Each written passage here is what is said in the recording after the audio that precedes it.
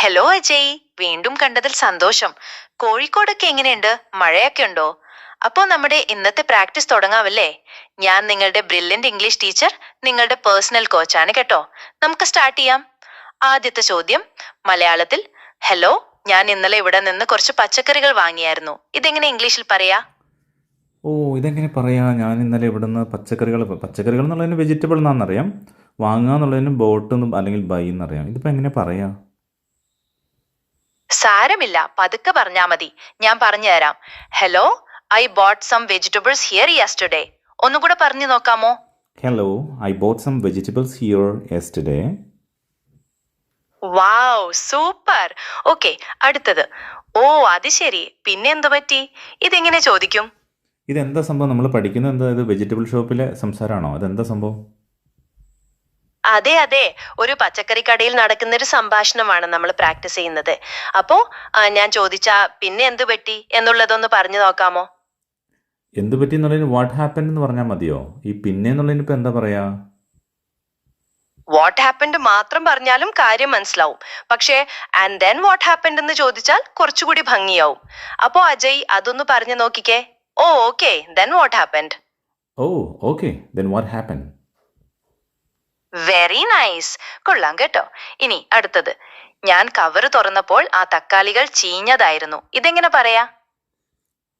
ഞാൻ കവർ തുറന്നപ്പോൾ എന്നുള്ളതിന് when I open the cover എന്ന് പറഞ്ഞാൽ മതിയോ? When I open the cover പറഞ്ഞാൽ കാര്യം മനസ്സിലാവും. പക്ഷെ ഒരു ക്യാരി ബാഗ് തുറക്കുന്നതിനെ കുറിച്ച് പറയുന്നത് കൊണ്ട് ക്യാരി ബാഗ് എന്ന വാക്ക് ഉപയോഗിക്കുന്നതാണ് കുറച്ചുകൂടി നല്ലത്. അപ്പോ നമുക്കിങ്ങനെ പറയാം. Those tomatoes were rotten when I open the carry bag. ഒന്ന് പറഞ്ഞു നോക്കാമോ? അപ്പോൾ ഈ തക്കാളി റോട്ടൻ എന്ന് തന്നെ പറയണോ? ഈ ചീഞ്ഞതെന്നുള്ള അർത്ഥത്തിൽ ഡാമേജ് എന്ന് പറയാൻ പറ്റുമോ? ഡാമേജ്ഡ് എന്ന് പറഞ്ഞാൽ കേടാവുന്നതോ അല്ലെങ്കിൽ എന്തെങ്കിലും പൊട്ടുന്നതോ ഒക്കെ ആവാം. ചീഞ്ഞ പച്ചക്കറികളെ കുറിച്ച് പറയാൻ റോട്ടൻ ആണ് ഏറ്റവും നല്ലത്. അപ്പോ ആ വാക്ക് വെച്ച് ഒന്നുകൂടി പറഞ്ഞു നോക്കൂ. Those tomatoes were rotten when I open the carry bag. Okay, those tomatoes were rotten when I open the carry bag. ശരിയാണോ? അതെ, അത് കറക്റ്റ് ആണ്. ശരിയായി. ഇനി അടുത്തത്. അങ്ങനെ സംഭവിക്കാൻ സാധ്യതയില്ലല്ലോ. ഇതെങ്ങനെ ചോദിക്കും? ഇതിലിപ്പോ ഈ സാധ്യതയില്ലല്ലോ എന്നുള്ളതിനിപ്പോൾ എന്താ ഇംഗ്ലീഷിൽ പറയാ? അറിയില്ലല്ലോ. സാരമില്ല, നമുക്കിത് പതുക്കെ പറയാം. നമ്മൾ മലയാളത്തിൽ പറയുന്ന അങ്ങനെ സംഭവിക്കാൻ സാധ്യതയില്ലല്ലോ എന്നതിന് ഇംഗ്ലീഷില് ദാറ്റ് ഷുഡന്റ് ബി പോസിബിൾ എന്ന് പറയാം. ഒന്നുകൂടി പറഞ്ഞു നോക്കാമോ? ദാറ്റ് ഷുഡന്റ് ബി പോസിബിൾ മതിയോ? അതെ, കറക്റ്റ്. സൂപ്പർ ആയിട്ട് പറഞ്ഞു. ഇനി അടുത്തത്.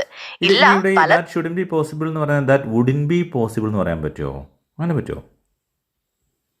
ദാറ്റ് വുഡന്റ് ബി പോസിബിൾ പറഞ്ഞാലും തെറ്റൊന്നുമല്ല.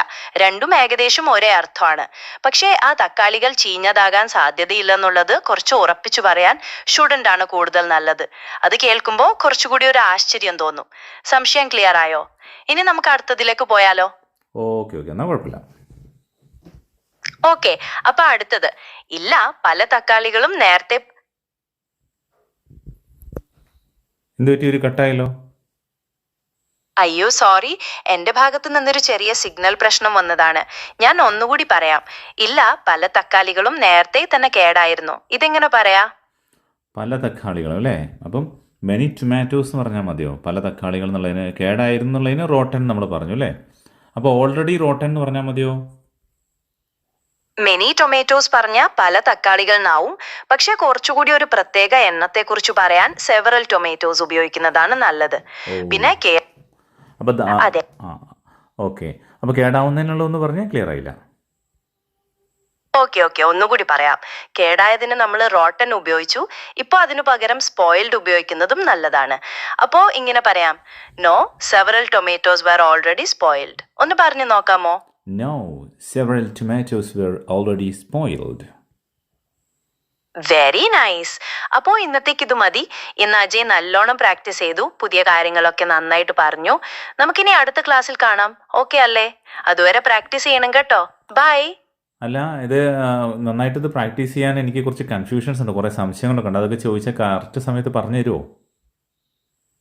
തീർച്ചയായും അജയ്, എപ്പോ സംശയം വന്നാലും ചോദിച്ചോളൂ. ഞാൻ ഇവിടെ ഉണ്ടാവും.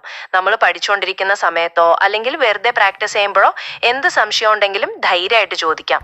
ഞാൻ അപ്പപ്പോ തന്നെ പറഞ്ഞു തരാം കേട്ടോ. പേടിക്കണ്ട. ഓക്കെ അല്ലേ? സാധാരണ അതിൽ കൂടുതൽ ക്ലാസ്സുകൾ ഉണ്ടാവുമല്ലോ അല്ലേ? സാധാരണഗതിയിൽ നമ്മൾ സമയം നോക്കിയാണ് ക്ലാസ്സുകൾ നടത്തുന്നത്. അജയ്ക്ക് എത്ര സമയമാണോ ആവശ്യം അതനുസരിച്ച് നമുക്ക് ക്ലാസ്സുകൾ ക്രമീകരിക്കാം. കൂടുതൽ ക്ലാസ്സുകൾ ആവശ്യമുണ്ടെങ്കിൽ തീർച്ചയായും എടുക്കാം. എല്ലാം അജയുടെ സൗകര്യം പോലെ കേട്ടോ. Okay thank you. അപ്പോൾ good night. Okay Ajay, thank you. Good night. നമുക്ക് അടുത്ത ക്ലാസ്സിൽ കാണാം. Take care. ഇനി നിങ്ങൾക്ക് ഇംഗ്ലീഷ് സംസാരിക്കാൻ ഒരു അടിപൊളി ആപ്ലിക്കേഷൻ വരാൻ പോവാണ്. നമ്മളൊരു സാധാരണ വ്യക്തിയോട് അല്ലെങ്കിൽ ഒരു ടീച്ചറോടൊക്കെ എന്തും സംസാരിച്ച് പഠിക്കുന്ന പോലെ ഇംഗ്ലീഷ് പഠിക്കാൻ ഒരു കിടിലൻ ആപ്ലിക്കേഷൻ ബ്രില്യൻറ്റ് ഇംഗ്ലീഷ് നിങ്ങൾക്ക് വേണ്ടി തയ്യാറാക്കുകയാണ്. ആപ്ലിക്കേഷൻ ഉടൻ തന്നെ വരുന്നതായിരിക്കും. നിങ്ങളുടെ സമയത്തിനനുസരിച്ച് ഒരു റിയൽ വ്യക്തിയോട് സംസാരിച്ച് പഠിക്കുന്നത് പോലെ, ഒരു ടീച്ചറോട് ചോദിച്ച് പഠിക്കുന്നത് പോലെ രസകരമായി ഇനി ഇംഗ്ലീഷ് പഠിക്കാം. Coming soon.